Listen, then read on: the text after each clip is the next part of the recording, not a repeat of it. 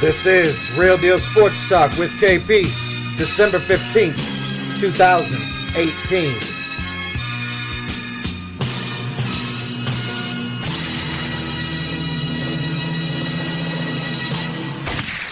Mr. Green. I'm found to be the nicest.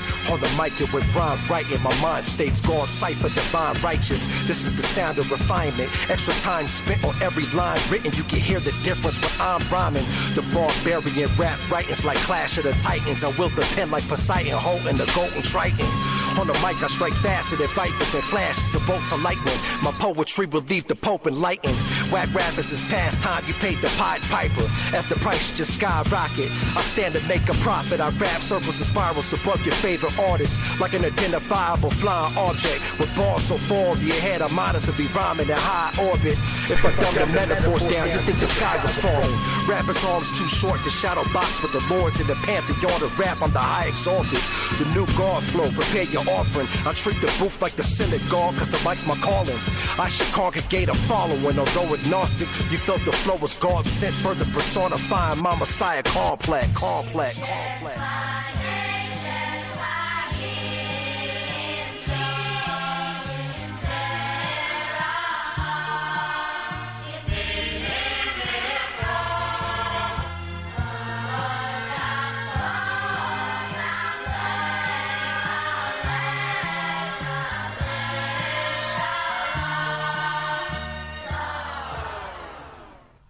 And welcome into Real Deal Sports Talk with your boy KP. It's Saturday, December 15th, 2018. We're getting to the end of the year, y'all. Everything's starting to wrap up. Things are getting tight in the races. You got people at the top of divisions nobody thought would be there. You got playoff conversations going on, injuries this way and that way. It's a fun time of year. We got the different holidays going on. Supposed to be good cheer for everybody. You know, we could do that all year long, but whatever. Pick this time of year to do it. And we got sports to talk about like always. I'll give my Week 15 picks today. Maybe a little what I'm thinking with each game. I want to talk about Phillip Rivers and his Kansas City Chiefs game.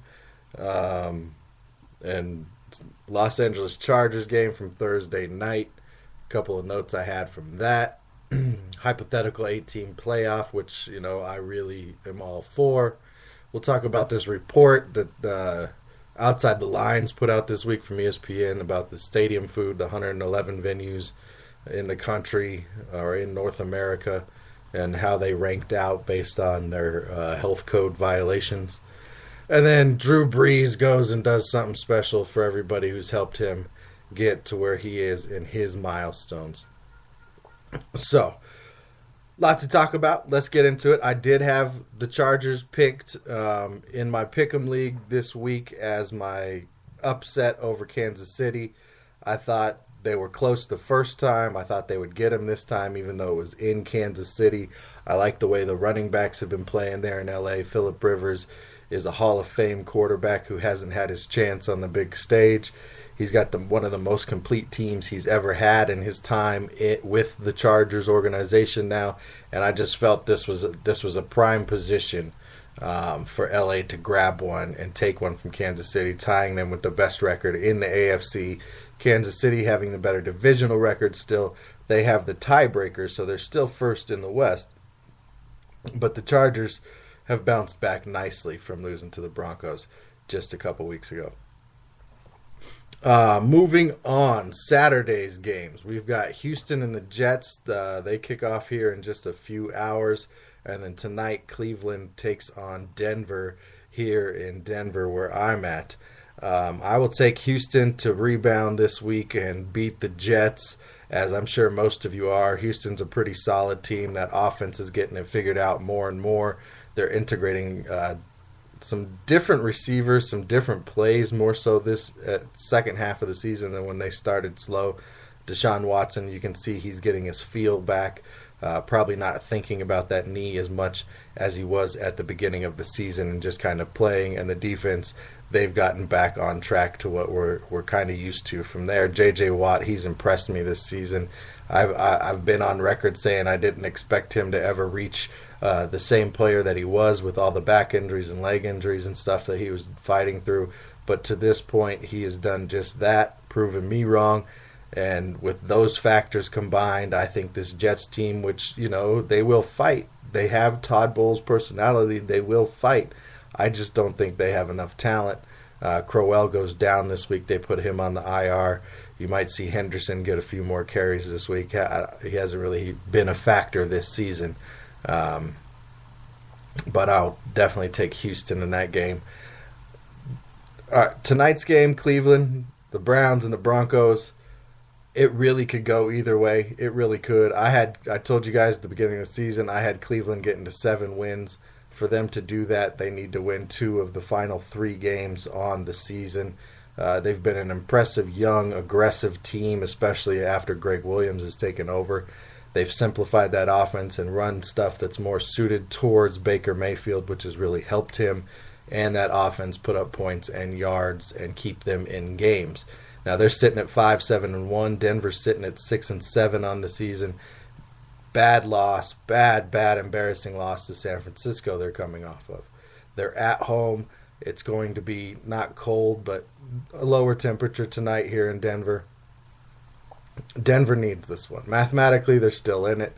There's a lot to be said for having that pride factor, for playing Herm Edwards. We play to win the games. Okay, I'm sick and tired. God, actually, I'm glad I'm talking about this. I'm sick and tired of fan bases, of radio personalities, of TV personalities talking about why a team should tank and how that's better for the team and it's better for the organization. No, it's not. Losing breeds losing. And then when you're not just trying to flip players and flip a roster and you're trying to change a culture, that's when you get into 20-year stints of not being successful. Ask the Detroit Lions. Ask the Cleveland Browns. Ask the Tampa Bay Buccaneers before they were able to break through. You don't ever want to tank or have the mentality of losing is acceptable. Because that changes everything within the organization. So please, all of you out there who want to talk about tanking and how positive that can be and how getting a better draft pick is better for the team, top draft picks don't necessarily play out. Your people who are running the team don't necessarily go and make the right pick. That's been proven more times over. You go out there as a professional in any sport or amateur or peewee to win. You don't go out there just to play enough to lose the game. With no heart, with no passion. That's how you guys get guys hurt. That's how you make a culture go out of your building. So especially for Broncos fans and the radio personalities here in town that think that's a good idea, please just stop. Come up with something else to talk about then. Because I'm sick of it. I don't ever want to hear about teams intentionally considering, thinking about, following through with the idea that tanking somehow helps them. And don't bring up the 76ers and look at all the draft picks they collected. They haven't won anything yet. They're not first place in the Eastern Conference right now. They've got a bunch of talented guys. Whoopee. We're still trying to see where the process is going to take them. Moving on to Sunday's games tomorrow. I'm going to take Chicago to beat Green Bay. I think Chicago at home with the defense they have, the struggles Green Bay is having, I think Chicago pulls this one out. It could be very well be a battle. Aaron Rodgers is going to come out fired up. He's going to want to get this game. I just don't think Green Bay has enough unless they catch Chicago sleeping to get this game. I'm going to take Detroit to go ahead and beat Buffalo. It'll probably be a lot closer than it should be, and Buffalo quite possibly with the running game could catch the defense off guard for the Lions and do enough to win. These are two teams that aren't very good. These are two teams that have managed to win 5 and 4 games respectively this season, but I got to go with my Lions, one pride all the way. So I'll take my 5 and 8 Lions to beat the 4 and 9 Buffalo Bills on the road. tomorrow. I'll take Baltimore and Lamar Jackson to beat Tampa Bay at home. I'll take Atlanta to beat Arizona at home. I'll take Oakland. I'm going to take Oakland to beat Cincinnati tomorrow. I think Cincinnati's in a downfall. Sure, Driscoll's played well enough. Not great, not good. But what do you expect from the kid? And Oakland, it just has the feel that Oakland's going to get this one on the road, and Cincy's going to have some trouble. I will take the Giants to upset Tennessee even without Odell Beckham. I'll take Minnesota over Miami. I'll take Jacksonville to beat a Washington team that's floundering at this point in the season. Maybe starting Josh Johnson at quarterback this week. Who knows? Uncertainty there. Going to be hard for Washington to win moving forward the next 3 weeks. I'll take Indianapolis to beat Dallas. I think Indianapolis is that stopper team this year. They kind of come up to these teams that have everything going for them, and they're the team that those same teams, the Houstons, Dallas this week, should beat. You know, we don't give the Colts a lot of credit. They don't have a lot of talent. They're building along the offensive line nicely. Andrew Luck has played much better this season than I expected him to. All credit to Frank Reich there for developing a great offensive scheme. But Darius Leonard at linebacker, tackling machine. The defense is performing well enough. They've got themselves in the conversation in their division and in the playoff conversation in the conference. They just, again, Indianapolis feels like that stopper team this season. They maybe don't go very far, but they're stopping streaks, and they might stop some people's seasons as well. So I'll take Indianapolis at home over the Cowboys this week. I'll take Seattle to beat San Francisco. I think New England gets by Pittsburgh this week, but maybe just barely. I'll take New Orleans to win the first of the 2 matchups in the next 3 weeks over the Carolina Panthers this week. And I will take the Rams to beat Philadelphia this week as well. So those are my picks for the week.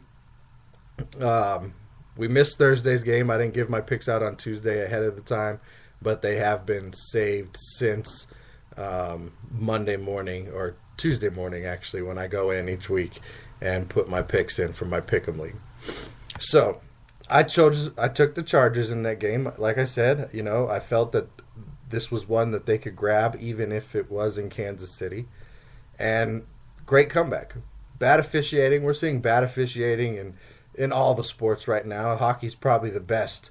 You hear the least amount of complaints about their officiating right now, with even the NBA, to the point where the Lakers the other night, they had guys playing a defensive session with their hands behind their back against Houston because of how bad they felt the calls were going there. We've all watched bad call after bad call after bad call throughout the NFL season for just about every team, game in and game out. Not really sure what that's about. It didn't seem that was the way 15, 20 years ago. Maybe it's more so because of all the angles and the replays and things like that. We can formulate more opinions and gather more information to see the mistakes. But sure, there was mistakes in this game as well, Kansas City and LA on Thursday night. But you have a 14-point lead with 3 minutes, little over 3 minutes left in the game. All you have to do is get rid of, the time. You get the ball back, you stop them, maybe you run the clock out there. But LA is able to drive down. They get a touchdown, they get within a score. Okay, here you go. Kansas City. Great offense. MVP Mahomes, showtime. Look at the kid. So exciting. Woo! Andy Reid. All the weapons. Travis Kelce, 1,200 yards. Made $750,000 on the catch. We've heard about it all week, all year, how great this team is. All they had to do was run the clock out. They're up by a score. Chargers get the stop. They get the ball back. Okay, defense. You've been able to just go at it all year. We've put up so many points. You've been able to just, attack. So we need you to go out and attack right now. They get all the way down the field. Less than 10 seconds left on the clock. Orlando Scandrick gives up the touchdown. Third touchdown of the night to Mike Williams. Scandrick's looking for the push-off. Was there some? Maybe. It would have been, a tough call to defend. That he really pushed off there. And then the 2-point conversion. You got 3 guys covering 2 guys. All 3 guys go to 1, leaving Williams wide open. I've never seen anybody that wide open on a 2-point conversion. Or if I have, it's so rare that I don't remember it. And Anthony Lynn goes for 2. He doesn't go for the tie.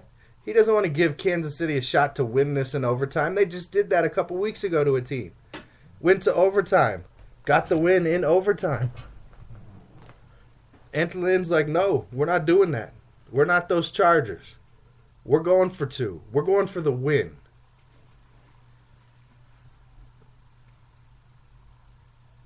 Great call. Would have been a great call if it didn't work.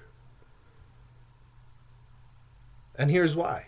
It didn't change their seeding. Right now, they're still 5th. They're still a wild card team. But what does it do? Psychologically, it lets your team know, and it lets the other teams in the AFC know, we're here to play, and we're good enough to beat you. And we're not going to just back down. We're not going to play for extra time. We're coming to beat you. We'll beat you on your home field.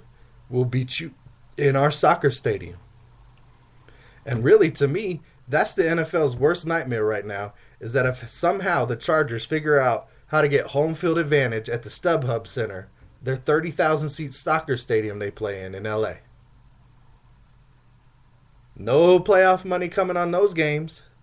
You're losing ticket value compared to other teams.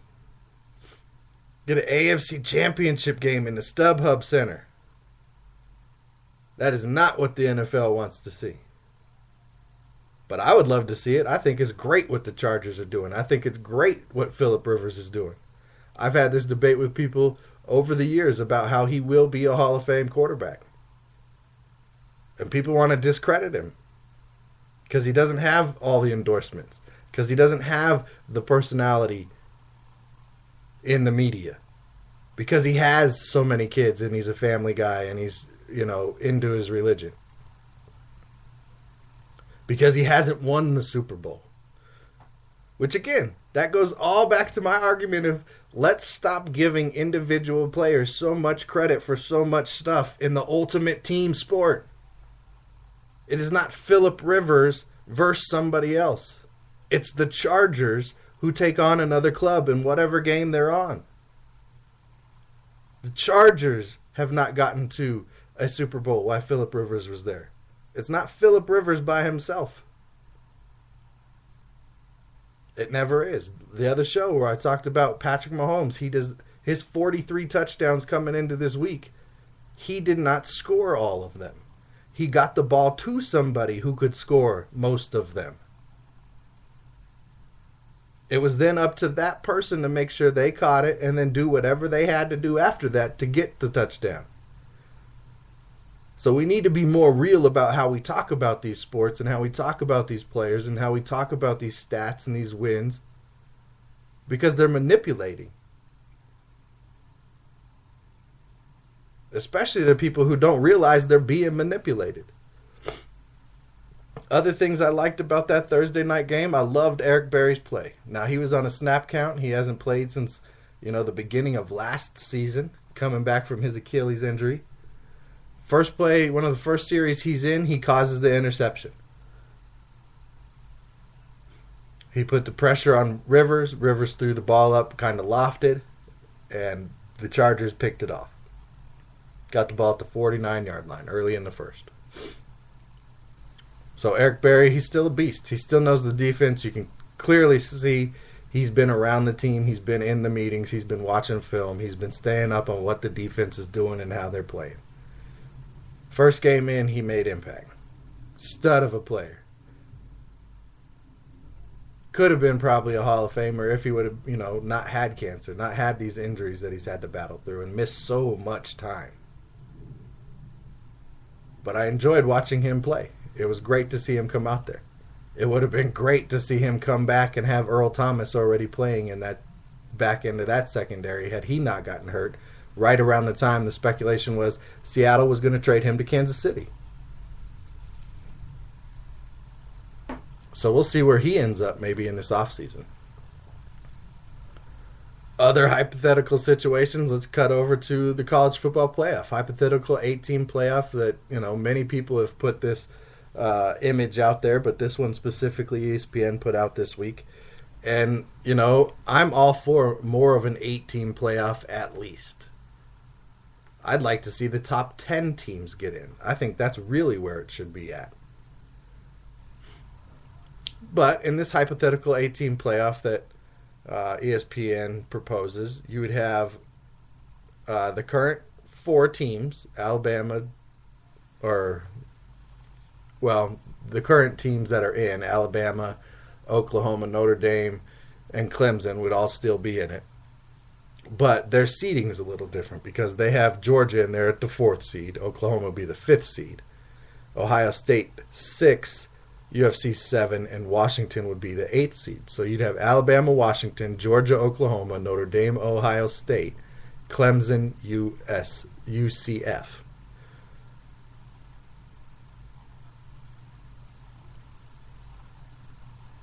And like Stephen A. Smith, who made a mistake this week and everybody got onto him, yes, I just called UCF twice UFC. I like this. I would like to see those matchups. The problem is, even though we now hear that the powers that be that run this playoff are willing to consider an 8-team playoff and are starting to talk amongst themselves, it's all about money. That's what it's going to come down to. Can they continue to make the money they're making and or somehow make more and make this work? Right now, we've got NCA&T and Alcorn State playing in the Black College National Championship in the Air Force Reserve Championship Bowl or something like that. Like, we've got so many bowl games now.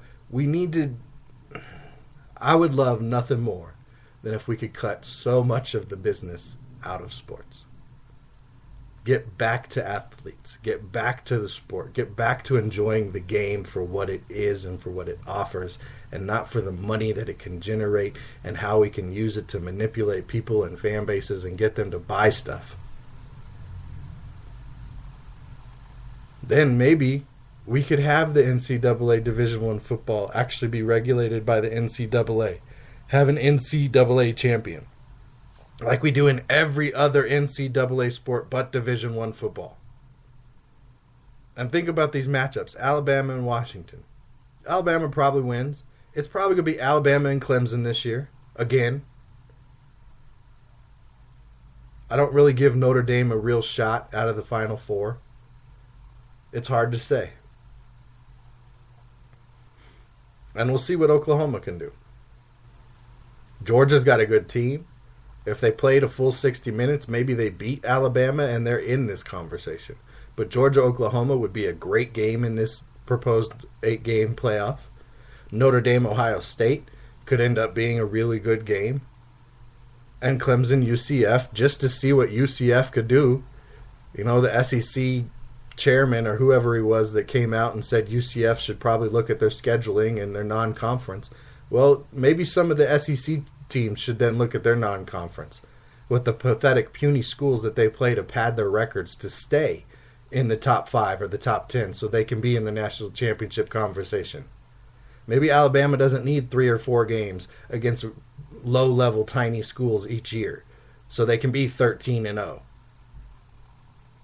So while you're mocking other teams because they feel they're being disrespected and left out of the playoff, look at what your own clubs are doing.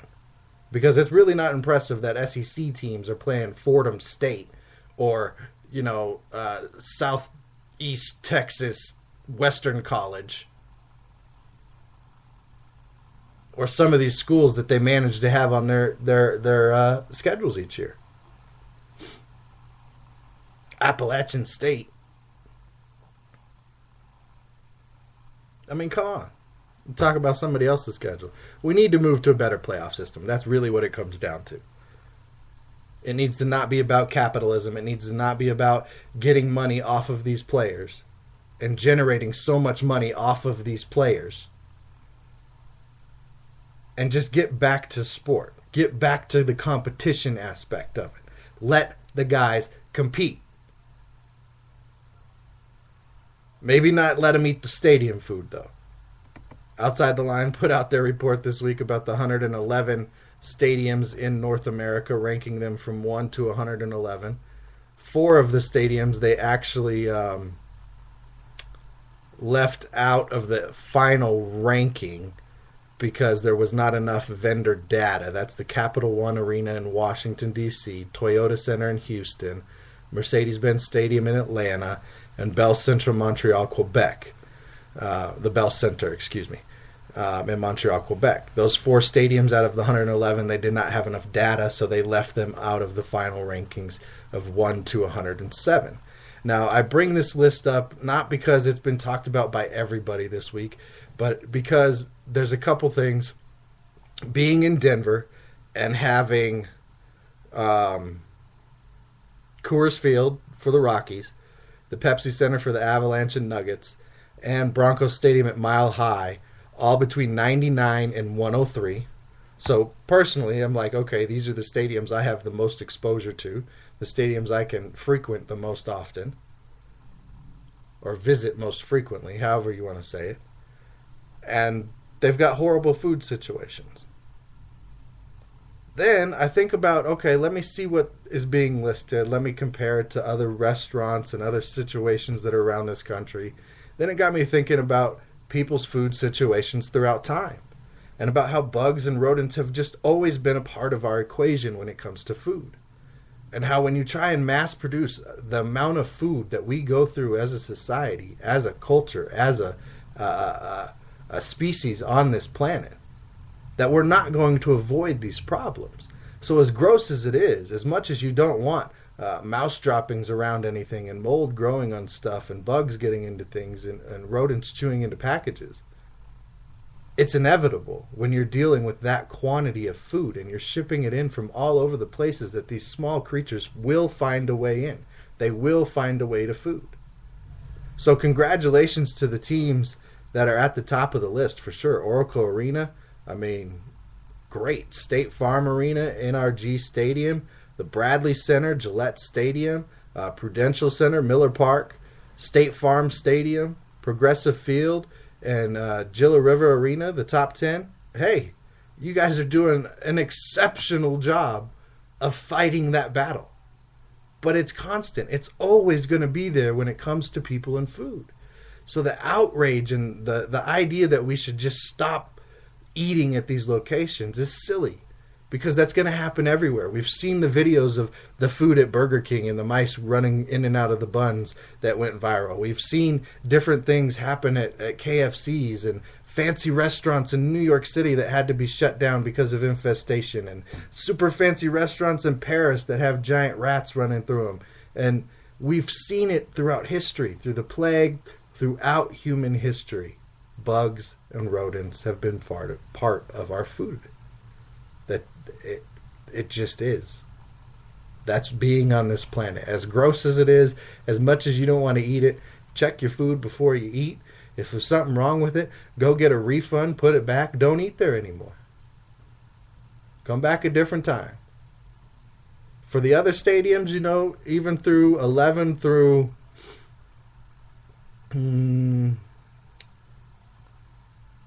like the top 38, really not doing that bad. Only at 25.35% at the Moda Center at 38th. That's not very many. So you can see it's not. It affects everybody. It affects all food. It affects all areas of life. It doesn't matter how rich or poor you are. Is it interesting to see? Is it concerning that all of the stadiums in Denver aren't doing a very good job? Well, yeah, a little bit. But I already don't buy that much stadium food, so it doesn't hurt me that much.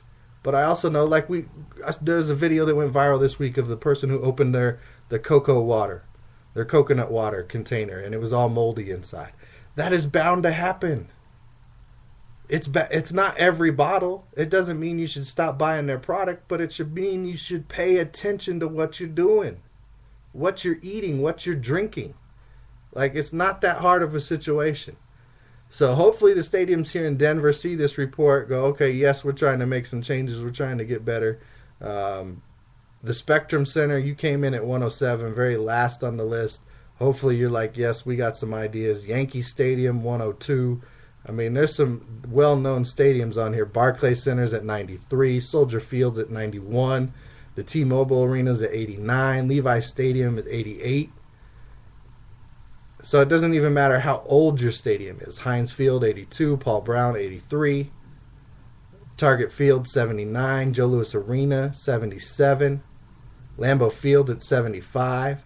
So it doesn't matter your climate. It doesn't matter, where you're at.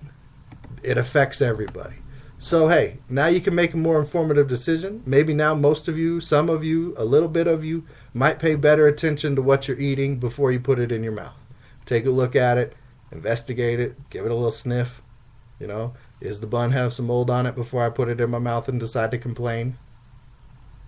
Can I go get a new one, or do I want my money back this time? But just realize it's part of what it is.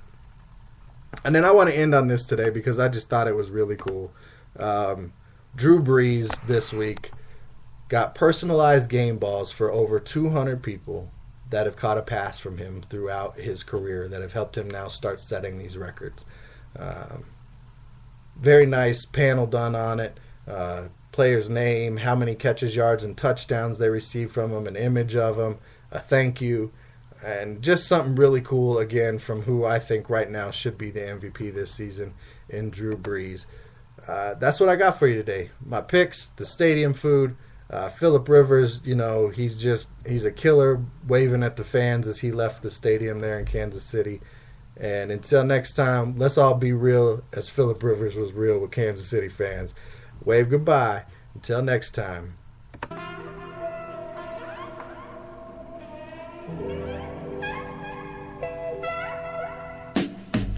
Yo, Denver City life living every night getting it. All I see is green like it's night vision. My sight's different. My type driven. These niggas risking a life sentence over white flipping. But I ain't with it. I'm light skinned.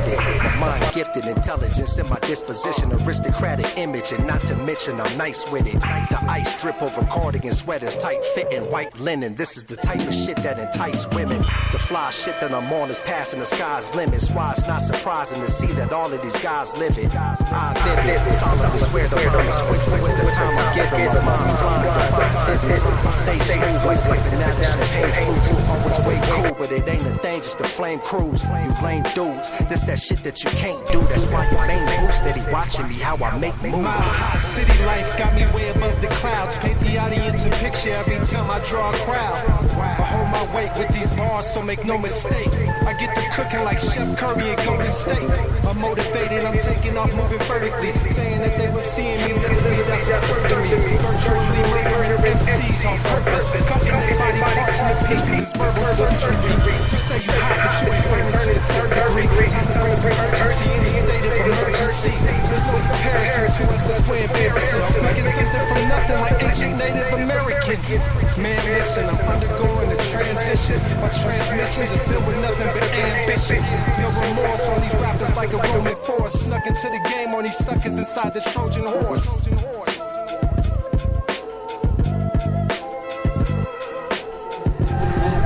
on these rappers like a Roman force. Snuck into the game on these suckers inside the Trojan horse.